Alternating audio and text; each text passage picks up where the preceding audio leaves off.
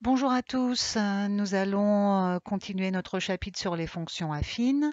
Dans un premier temps, nous avons appris à reconnaître une fonction affine, puis à calculer l'image d'un nombre ou l'antécédent d'un nombre par une fonction affine.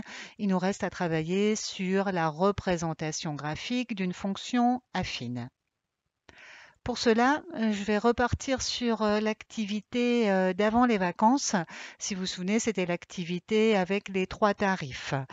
Pour petit rappel, on avait la représentation graphique d'une fonction linéaire, la représentation graphique d'une fonction constante, et nous, ce qui nous intéressait, c'était la fonction h définie par h de x égale 2x plus 30. C'est grâce à cette fonction que j'ai amené les fonctions affines. On avait constaté que la représentation graphique de cette fonction affine était une droite, mais une droite qui ne passe pas par l'origine du repère. Si c'est une droite, 2 points vont suffire pour pouvoir la construire dans un repère. Donc on va se servir de cela et on va travailler sur l'exemple suivant.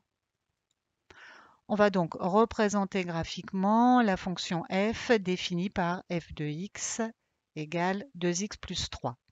On va exactement utiliser la même méthode qu'avec les fonctions linéaires. Si vous vous souvenez bien, pour les fonctions linéaires, on avait besoin d'un petit tableau de valeurs. C'est ce qu'on va utiliser ici. J'ai construit mon petit tableau. Sur la première ligne apparaissent les antécédents, valeur de x. Sur la deuxième ligne, les images, valeur de f de x.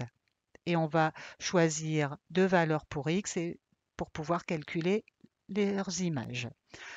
Alors, comme pour les fonctions linéaires, on va faire dans la facilité. On va prendre par exemple x égale 0. On va calculer l'image de 0 par la fonction f. On remplace x par 0 dans 2x plus 3. Ce qui nous donne 2 fois 0 plus 3, ça fait 3.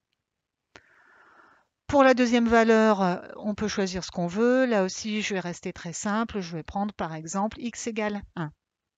Je vais remplacer x par 1 dans 2x plus 3. 2 fois 1 plus 3, ça me donne 5. Avant d'enchaîner, une petite remarque. On va se demander comment on fait pour passer de 0 à 1. Bon, rien de plus simple, vous me direz, on ajoute 1. Et on va se demander comment fait-on pour passer de 3 à 5, de la première image à la deuxième image. Là aussi, à rien de plus simple, on ajoute 2. Alors, ce n'est pas une remarque anodine, puisque ce 2, on le retrouve exactement ici dans ma fonction affine. Et cette remarque, je m'en servirai tout à l'heure quand on sera sur le repère. Alors, on revient aux coordonnées des 2 points. On a le point A de coordonnées 0, 3 et le point B de coordonnées 1, 5. On va maintenant pouvoir représenter graphiquement ma fonction et moi je vais me servir d'un fichier GeoGebra. Alors voilà, je suis sur mon fichier GeoGebra. On va redonner les coordonnées des 2 points. Si vous vous souvenez bien, c'était le point A de coordonnées 0, 3 et le point B de coordonnées 1, 5. On va donc les placer dans le repère. Le point A a pour coordonnées 0, 3 et je vais placer le point B, il a pour coordonnées 1, 5. Il ne reste plus qu'à tracer la droite. On peut ici écrire son équation. Vous vous rappelez, on l'a fait avec les fonctions linéaires. L'équation de cette droite est de la forme y égale 2x plus 3. Les ordonnées s'obtiennent en multipliant les abscisses par 2 et en ajoutant 3. Et ceci pour n'importe quel point de la droite. Alors, on va redonner l'expression algébrique de ma fonction f, c'était f de x égale 2x plus 3. On va introduire un peu de vocabulaire. Ce 3 ici s'appelle l'ordonnée à l'origine. Alors pourquoi ce nom barbare? Rien de plus simple.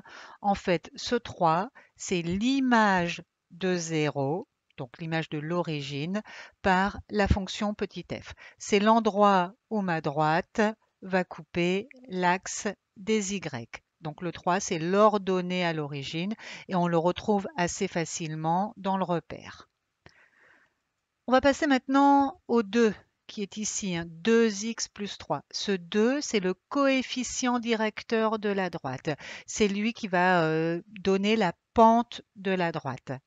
Lui aussi, on peut le retrouver sur ma représentation graphique. Alors, c'est peut-être un peu plus complexe, mais vous allez voir qu'on va y arriver. En fait, on va se placer sur le point A et on va avancer d'un pas dans la direction de l'axe des X. On va toujours faire la même chose. On avance d'un pas. Et on va se demander combien de pas je dois faire pour regagner la droite. Autrement dit, combien de pas je dois faire pour aller jusqu'au point B. Je dois en faire 2. Vous voyez, et ce 2, c'est exactement mon coefficient directeur. Alors, vous me direz, madame, c'est peut-être du hasard, hein. Peut-être que si je pars d'un autre point, j'arrive pas avec une montée de 2 pas. Alors, je vais repartir de ce point-là.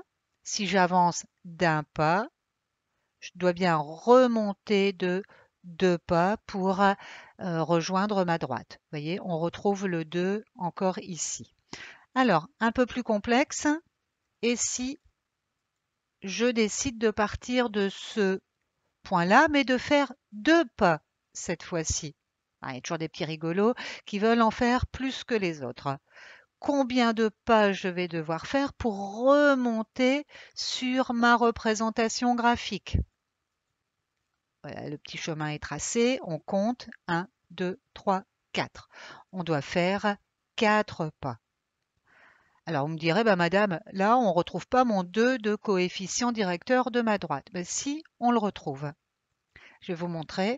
En fait, avec un petit tableau de proportionnalité, admettons qu'un élève ne veut pas passer tout de suite par 1, mais lui, il a envie de faire 2 pas. S'il fait 2 pas sur l'axe des X, il va faire 4 pas sur l'axe des Y. Il va remonter de 4. Avec un petit produit en croix ou un petit calcul de coefficient de proportionnalité, on retrouve ici, on retrouve bien 2 ici. Puisque 4 divisé par 2, ça donne 2. Une fois 2, 2.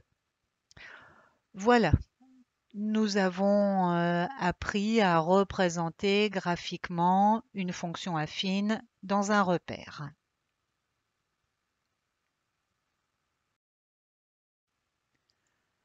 Voilà, il me reste juste à vous dire au revoir. Ça va être à votre tour de vous entraîner avec quelques exercices de la fiche d'entraînement.